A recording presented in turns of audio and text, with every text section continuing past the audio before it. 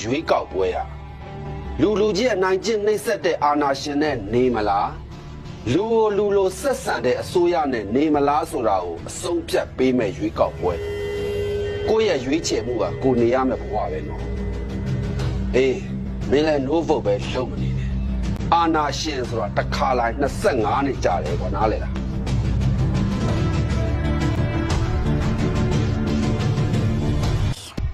ဒီတိုင်းပြည်ရဲ့ပြဿနာအဲ့ဒါပဲခါနာတိုင်းမှာလူမှန်နေရမှာဖြစ်တယ်နေရာတကကဏ္ဍတော်ပြီးကန့်လာတိုက်နေရတယ်သူတို့အဲ့ဒီလောက်လည်းမန်တက်မနေကြပါနဲ့အစင်လာမှမလုပ်ရတာဘာမှမရှိဘူးမလုပ်ချင်လို့ကြည်နေတာကျောင်းစီယာအမြင်နဲ့ပြောရရင်အဲ့ဒါလူမိုက်စကားပဲထမင်းစားပြီးကြက်ပြည့်တဲ့လူမိုက်ရင်မလုပ်ထိုက်တာမလုပ်ဘူးမလုပ်ထိုက်တာတွေကိုလုပ်ခဲ့လို့လေလက်နက်ကင်ဖွဲ့စည်းတွေပို့တိုးပြီးတော့ကဘာမှာပြည်တွင်းစစ်နဲ့အကြဆုံးဖြစ်ခဲ့တာနှစ်ပေါင်း60ကျော်လာ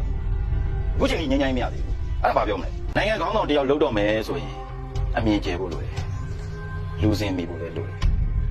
ဘသူဘာပြောကိုနေစားချောင်ပဲပါတီကိုပဲမဲပေးရမှာပဲရှုပ်ပါတယ်ဘာမဲမှပေးမနေတော့ကိုတမင်းကိုစားပြီးအေးစေးလေးပဲနေတော့မယ် right ငါမောင်လေးမှန်တယ်ဟာဟဲ့အောင်မေးကောင်